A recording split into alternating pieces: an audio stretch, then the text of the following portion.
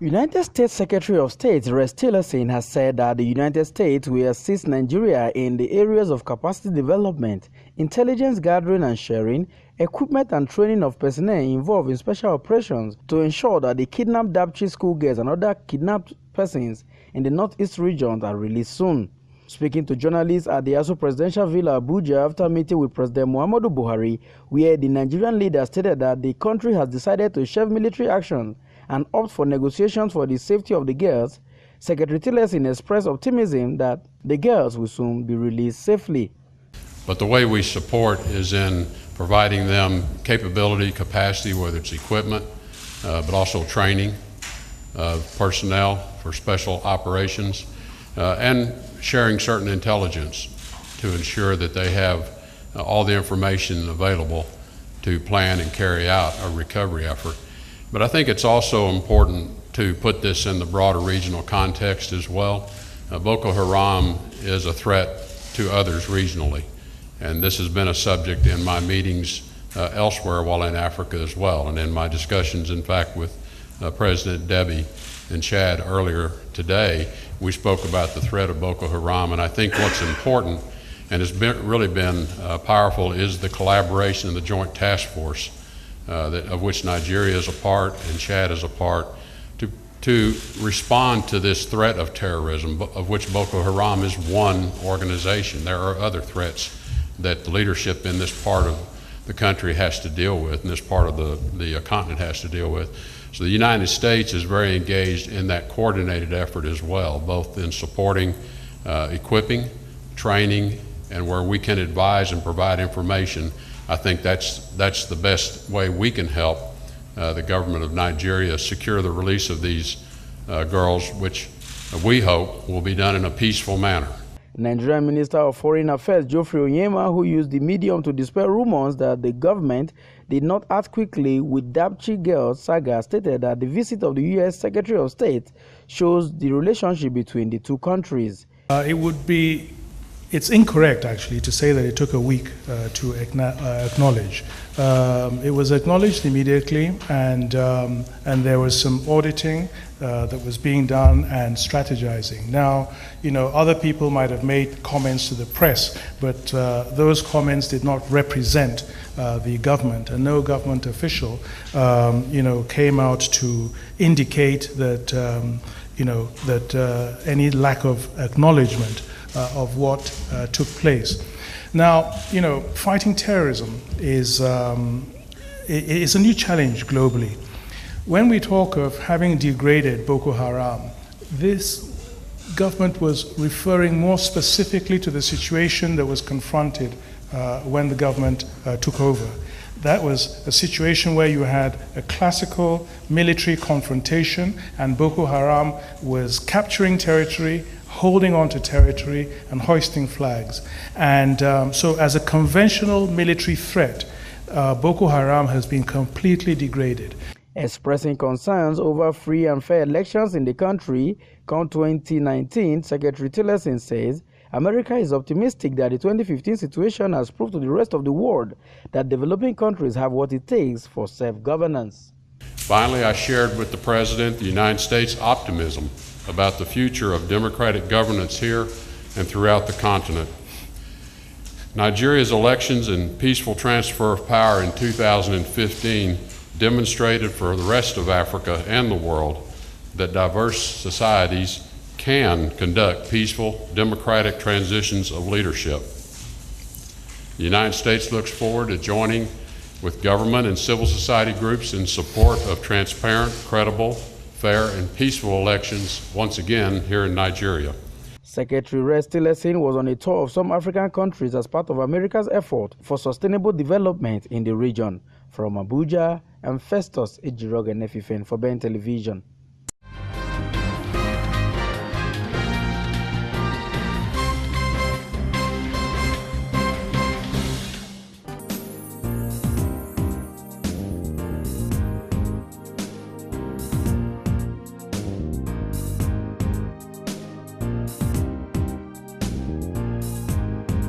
The chairman of the Independent National Electoral Commission, Professor Yakub Mahmoud, says the commission has succeeded in prosecuting 160 electoral offenders.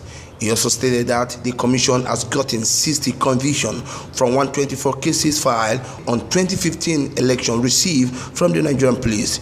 Yakub stated this during a public hearing on the bill seeking to establish a National Electoral Offences Commission. But in spite of the constraints, we have successfully prosecuted some electoral offenders. Arising from the 2015 general elections and subsequent by-elections, we received 124 case files from the Nigeria police. But so far, we have only successfully prosecuted 160 of these cases. Yakub said with the establishment of the commission, it will help to focus on handling the huge task of prosecution so that it can devote more time for electoral process. So what is the objective of this bill? The objective of the bill is to address issues relating to the coordination and enforcement of all laws in Nigeria relating to electoral offenses. And for me, this particular bill stands out for two major reasons. Number one, diverse electoral offenses, some of which exist in our statute books, have been brought together in a coherent legislation, perhaps for the first time.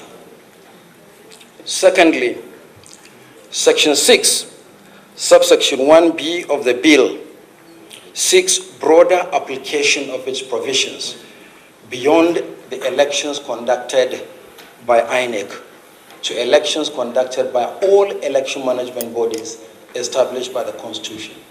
Stakeholders at the event who gave divergent views on the bill said it will go a long way in providing solutions to electoral offenses in line with the international best practices. For them, it's a step forward in sanitizing the political environment for safe conduct of election in Nigeria. We have observed elections across the country for several years, and one of the most glaring impunities we saw happen in several of the elections in Edo State, in Anambra State, where monies were brought to polling units and openly distributed to voters to secure votes. It's become a culture among candidates and political parties to carry money to polling units, to distribute this, to watch citizens vote in the way they have directed and hand them money in compensation for voting in that direction. This is not democracy, and an Electoral Offences Commission that is able to check this, bring people to account, roll back the level of impunities that we continue to see in this country in abusing the electoral process would be very helpful to us. In his opening remark, the Senate President, Bukola Saraki, who was represented by Deputy Majority Leader of the Senate, Senator Bala B. Inahala, said with the passage of the bill, political thuggery, undue influence over voters, and other malpractices will be better curtailed. Representatives of all security agencies and political parties took turns to contribute to electoral offences bill. And certainly, if this is considered and it passes through, it will be a very welcome, very welcome development to see that the hallowed chamber of the Senate is really looking towards improving our democracy and improving the electoral process. Clause 21 of the bill, which deal with the punishment and incapacities for the electoral corrupt practices of due influence and bribery, prescribe 10-year jail term for offenders. Also, Clause 22, and the perversion of electoral justice, where a judicial officer of a court or tribunal found guilty of perverting electoral justice before, during, and after an election will be liable on conviction on a term of at least 20 years. The bill has 45 clauses. From National Assembly, Abuja, Muyiwa Bamdele reporting.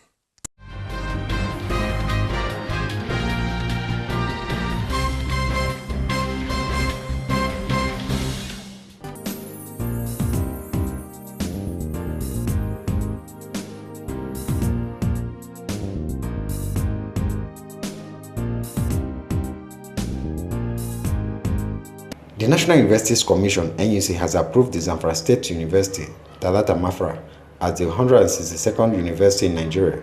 Executive Secretary of the Commission, Professor Abubakar Rashid, who announced the approval of the university in Abuja when Governor of Zamfara State, Abdulaziz Yari, visited NUC to present the strategic document for the establishment of the university, said JAM, TEDFund, and NYC had been informed about the activities of the university, adding that the approval is for immediate effect.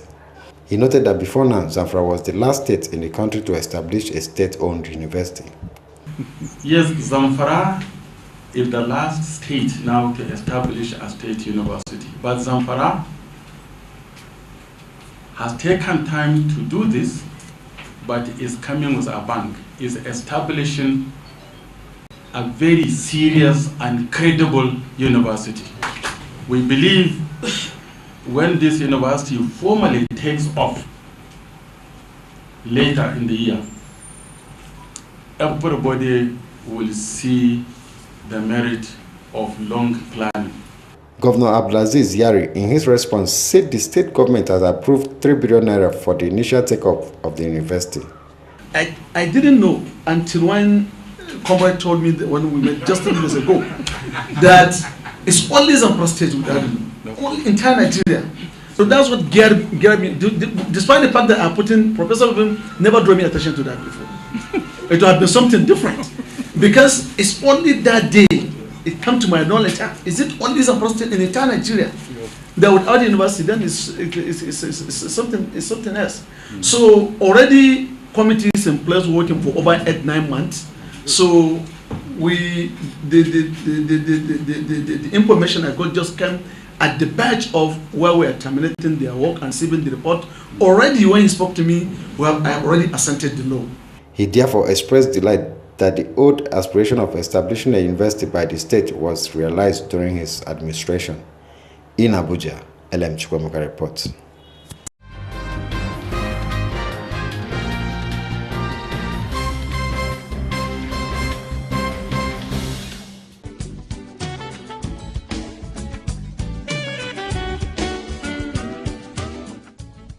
Lovely place, right? Yes. What's wrong? You don't look happy. Take a look around. Why can't my hotel be like this? I knew something was wrong, but I've got solution. Solution? What? Nanette. Nanette? Nanette offers you design solutions, building plans and construction, furnishing and equipping, financing, management, audit services, and many more services for a better hospitality business. Nanette, service with a smile.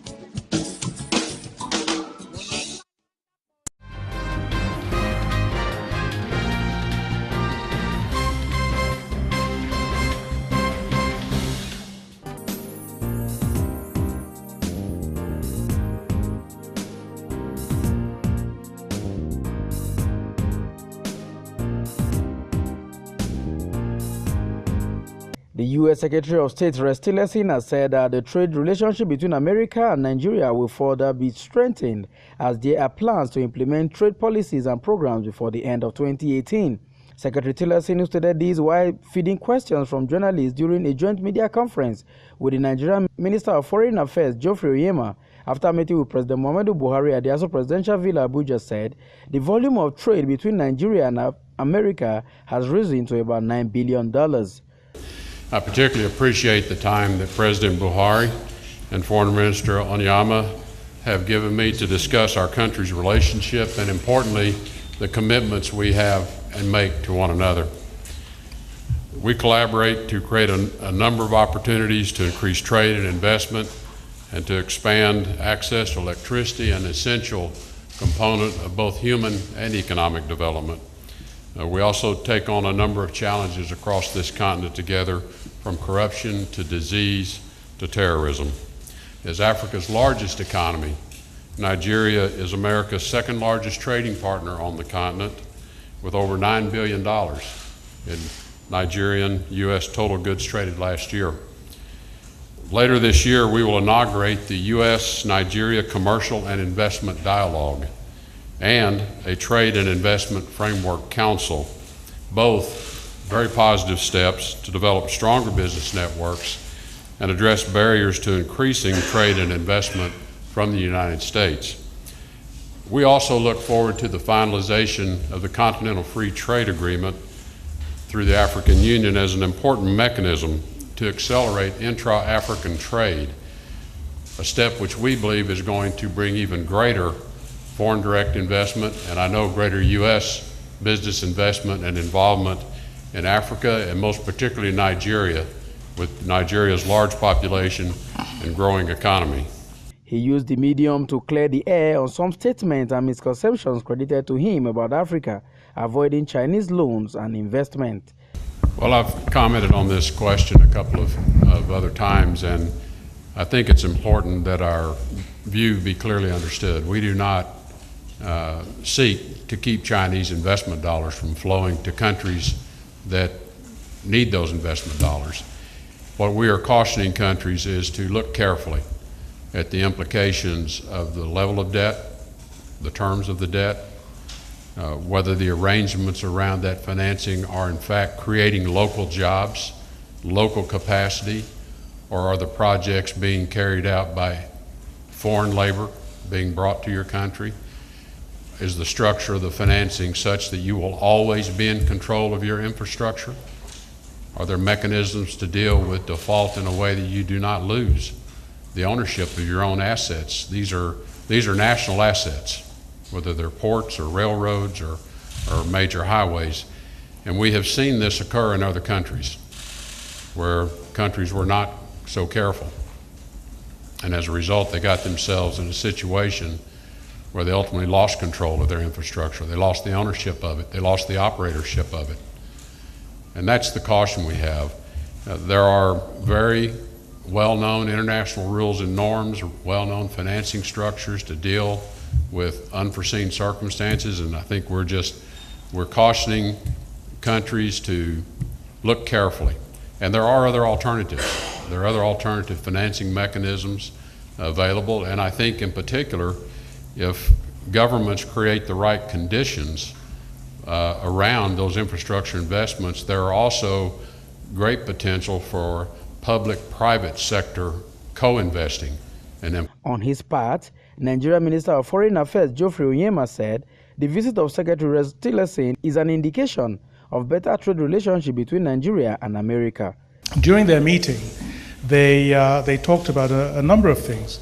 With regards to the economy, the Secretary recognized the size and the importance of Nigeria economically in Africa, and they appreciated, together with Mr. President, the importance of U.S. investment in Nigeria.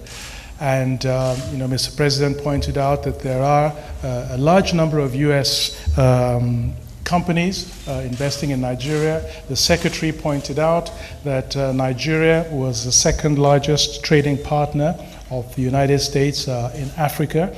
And they both recognized the need and the possibilities of increasing that level of trade. It's no longer new that most infrastructural projects in Nigeria are being handled by Chinese firms. From Abuja, I'm Festus Ejirogenefifen for Ben Television.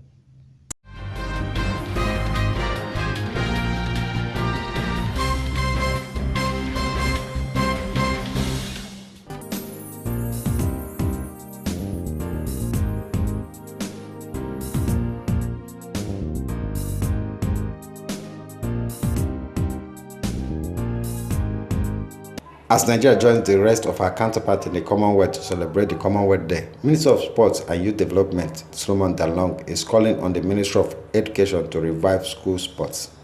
The minister, who stated this in Abuja at an event organized by the Ministry of Education to commemorate the day, also blamed the slow pace of sports development in Nigeria on the collapse of school sports. Let me at this point also appeal to my brother that there is a need for us to resuscitate school sport.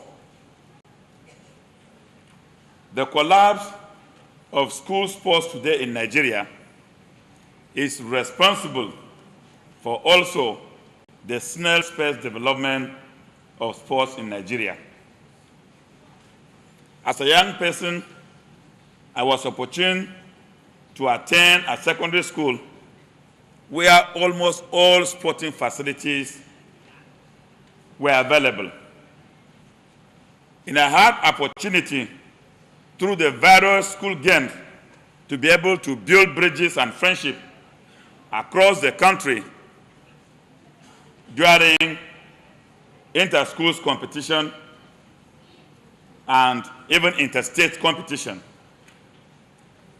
These things appear today as mere history for our younger ones. The event, which had parades of various cultural heritage of Nigeria, also has a parade of all 53 member states of the Commonwealth. The theme of this year's celebration towards a common future is one which seeks to actively address global challenges and work to create a better future for the people and the world at large. And so the need to address out-of-school children in Nigeria is most expedient. Nigeria is committed to developing and strengthening its human capital, and it will do this by institutionalizing early childhood care and education, promoting girl, child, and special needs education, providing equitable and inclusive access to quality education at all levels, and by promoting technical and vocational education and training, and improving and consolidating on nomadic education and adult and mass literacy, and eliminating, and I will say, and repeat, eliminating the syndrome of out-of-school children. It is a day to reflect and celebrate the successes recorded while taking bearings to meet the present and future challenges confronting our people and their governments. The theme towards a common future is a reminder of a collective responsibility to create the economic, political, and social environment that is conducive to national integration, sustainable growth, and inclusive development. In Abuja, LM Chukwemeka reports.